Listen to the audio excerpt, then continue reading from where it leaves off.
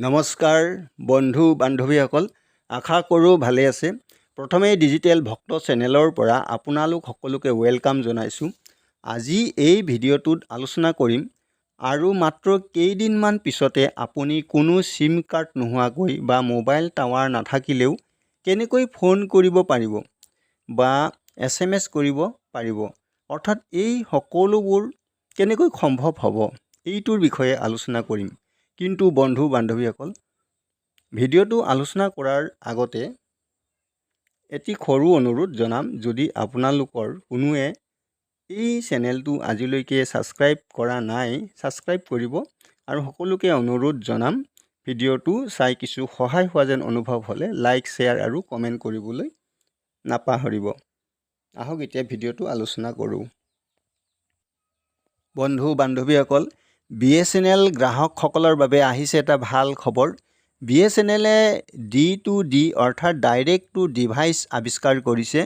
এই direct two device ছাৰ্ভিচৰ জৰিয়তে এতিয়া যিকোনো লোকে D2D বা ডাইৰেক্ট টু ডিভাইচ কানেক্ট কৰি কোনো সিম কাৰ্ড নোহোৱাকৈ বা মোবাইল ফোন নোহোৱাকৈ নিজৰ বন্ধুবৰ্গৰ লগত বা প্ৰিয়জনৰ লগত বা পৰিয়ালৰ লগত যিকোনো ঠাইৰ পৰা ফোন কৰিব পাৰিব।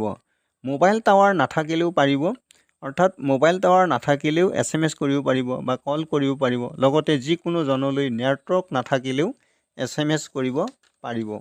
বন্ধু বান্ধৱীসকল, আৰু UPI পে'মেণ্ট, যিবিলাক আমি UPI পে'মেণ্ট কৰোঁ, অৰ্থাৎ গুগল পে', ফোনপে' এইবিলাক যিবোৰ আমি পে'মেণ্ট কৰোঁ, বিনা নেটৱৰ্কত এই পে'মেণ্টবোৰ হ'ব BSNL কাষ্টমাৰসকলৰ বাবে।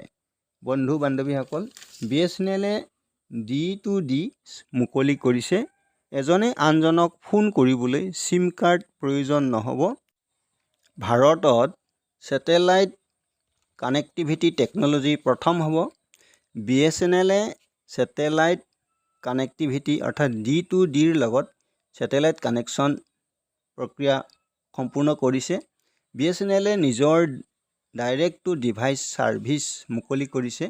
BSNLে D2Dয়ে এই টেকন'লজিৰ কাৰণে কেলিফৰ্ণিয়াৰ কোম্পানী ভিয়াছডৰ লগত অংশীদাৰিত্ব কৰিছে। BSNLে নেটৱৰ্ক নথকা ঠাইতো কানেক্টিভিটি প্ৰদান কৰিব। BSNL D2D টেকন'লজিয়ে য'ত টাৱাৰ নাই বা পাহাৰ পৰ্বত বা সাগৰ যিকোনো ঠাইতো ফোন কৰিব পাৰিব। অৰ্থাৎ সাগৰত হ'লে মোবাইল ফোনটো কি হ'ব লাগিব, ৱাটাৰপ্ৰুফ হ'ব লাগিব, তেতিয়াহে পাৰিব। প্ৰিয়জনৰ লগত কথা পাতিব পাৰিব। যেতিয়া নেটৱৰ্ক বা ৱাইফাই কানেক্টিভিটি নাথাকে বা কোনো গভমেণ্টে যদি ৱাইফাই বা নেটৱৰ্ক কাটি দিয়ে, বন্ধ কৰি ৰাখে, তেতিয়াও কি কৰিব পাৰিব, সেই পৰিস্থিতিটো কল কৰিব পাৰিব বা SMS কৰিব পাৰিব, যিকোনো কাম কৰিব পাৰিব। এইখিনি চব সম্ভৱ হ'ব বা UPI পে'মেণ্টটো কৰিব পাৰিব বিনা নেটৱৰ্কত। এইটো মাত্ৰ BSNL গ্ৰাহকসকলৰ বাবেহে হ'ব। বন্ধু বান্ধৱীসকল, কোনোবাই যদি মোবাইল ফোন বা সিম কাৰ্ড নোহোৱাকৈ কোনো ব্যক্তিৰ লগত কথা পাতিব বিচাৰে, তেনেহ'লে D2D অৰ্থাৎ ডাইৰেক্ট টু ডিভাইচ নামৰ যিটো ছাৰ্ভিচ, সেইটো নিজে ঘৰত ছেটিং কৰি ল'ব লাগিব। তেতিয়াহে সেই ডাইৰেক্ট টু ডিভাইচৰ পৰা আপুনি অন্য ঠাইলৈ ফোন কৰিব পাৰিব। স্মাৰ্টফোন অৰ্থাৎ smart mobile phone, smart watch আৰু গাড়ীকো ছেটেলাইট নেটৱৰ্কৰ লগত কানেক্ট কৰা হ'ব বুলি জানিব পাৰিছোঁ।